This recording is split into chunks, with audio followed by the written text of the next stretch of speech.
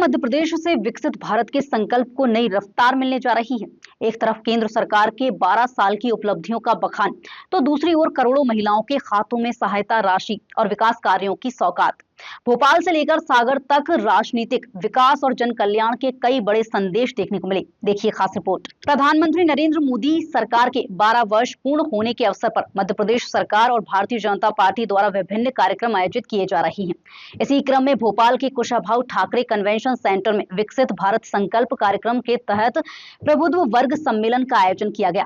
कार्यक्रम में केंद्रीय शिक्षा मंत्री धर्मेंद्र प्रधान, मुख्यमंत्री डॉक्टर मोहन यादव, भाजपा प्रदेश अध्यक्ष हेमंत खंडेलवाल, प्रदेश प्रभारी डॉक्टर महेंद्र सिंह सहित कई मंत्री, विधायक और संगठन पदाधिकारी मौजूद रहे। इस दौरान मोदी सरकार के 12 वर्षों की उपलब्धियों को विस्तार से प्रस्तुत किया गया। केंद्रीय शिक्षा मंत्री धर्मेंद्र प्रधान ने कहा कि केंद्र सरकार ने विकास के नाम पर कभी भेदभाव नहीं किया और जिन राज्यों में भाजपा की सरकार नहीं है, वहां भी विकास कार्यों के लिए पर्याप्त राशि उपलब्ध कराई गई। उन्होंने बताया कि वर्ष 2014 से पहले देश में 723 विश्वविद्यालय थे, जो अब बढ़कर 1338 हो गए हैं और IIT, एयरपोर्ट और एम्स की संख्या में भी उल्लेखनीय वृद्धि हुई है। साथ ही 11 करोड़ से अधिक किसानों को सम्मान निधि का लाभ मिल रहा है और 25 करोड़ लोग गरीबी रेखा से बाहर आए हैं। वहीं मुख्यमंत्री डॉक्टर मोहन यादव ने अपने संबोधन में नई शिक्षा नीति, ऑपरेशन सिंदूर, सर्जिकल स्ट्राइक और नदी जोड़ो अभियान जैसे विषयों का उल्लेख करते हुए केंद्र और राज्य सरकार के समन्वित प्रयासों को रेखांकित किया।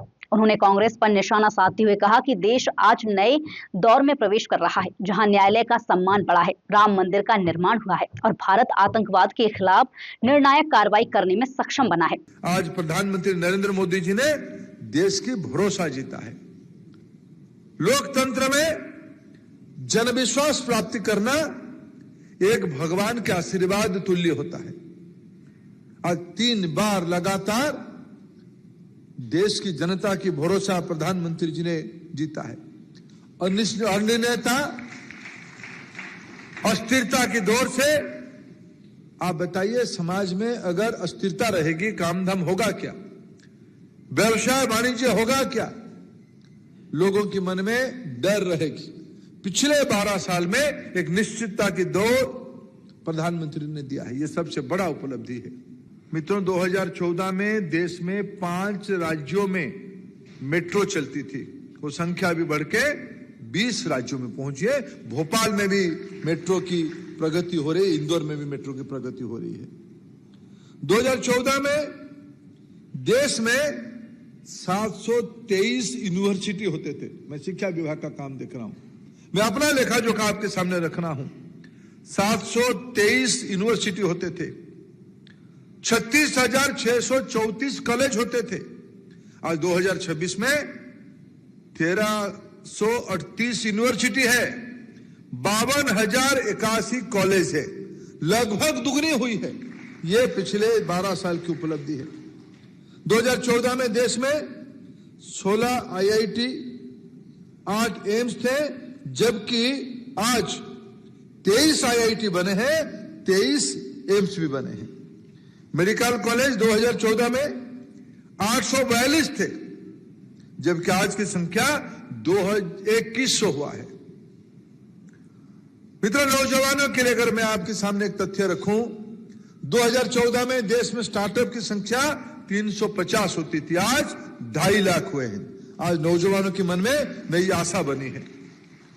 बेरोजगारी का दर 2014 में 6.1% था, आज बेरोजगारी का दर 3.2 हुई है, लगभग आधा हुई है। इधर मुख्यमंत्री डॉक्टर मोहन यादव सागर जिले के केसली विकास खंड में आयोजित राज्य स्तरीय कार्यक्रम में लाडली बहना योजना की 37वीं किश्त जारी करेंगे। इस दौरान प्रदेश की 1 करोड़ 25 लाख लाडली बहनों के खातों में 1835 रुपए की राशि अंतरित की जाएगी। बहना के लिए आज मैं यहाँ से देवरी सागर में उनकी राशि डालने के लिए जा रहा हूँ और मुझे इस बात का गर्व है कि लाडली बहनाओं के साथ किए गए वादे के अनुसार हम हर महीने नियमित समय पर नियमित अंतराल से उनकी राशि दे रहे हैं। ये हमारी बहनों के प्रतिबद्धता है और उम्मीद करेंगे बहनों को और आगे बढ़ाते रहें। इसके साथ ही मुख्यमंत्री देवरी विधानसभा क्षेत्र को लगभग 190.85 करोड़ रुपए की लागत के 53 विकास कार्यों की सौगात भी देंगे और सड़क, शिक्षा, स्वास्थ्य, विद्युत, जल संसाधन, तकनीकी शिक्षा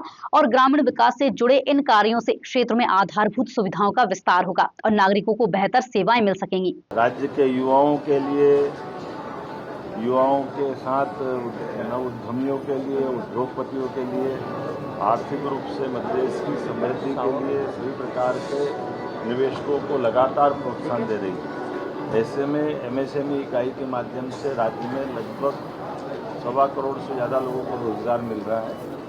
हमारी सरकार के द्वारा लगातार प्रमोशन करते हुए एमएसएमई इकाइयों को मार्च 2026 तक का सभी प्रकार का देयक उनके अपने हक की राशि सब्सिडी के नाते से हम अपने इस सरकार के इस टेन्योर में ये सबसे बड़ी उपलब्धि है और 2.5 साल में लगभग 4,500 करोड़ रुपये के आसपास की राशि हम अपने उद्योगपतियों तक दे करके इस प्रतिबद्धता के साथ आगे बढ़ रहे हैं कि हमारी सरकार सभी प्रकार के निर्यात को देश के अंदर भी, देश के बाहर भी और इन इकाइयों को सुदृढ़ करने के लिए आगे बढ़ रही है।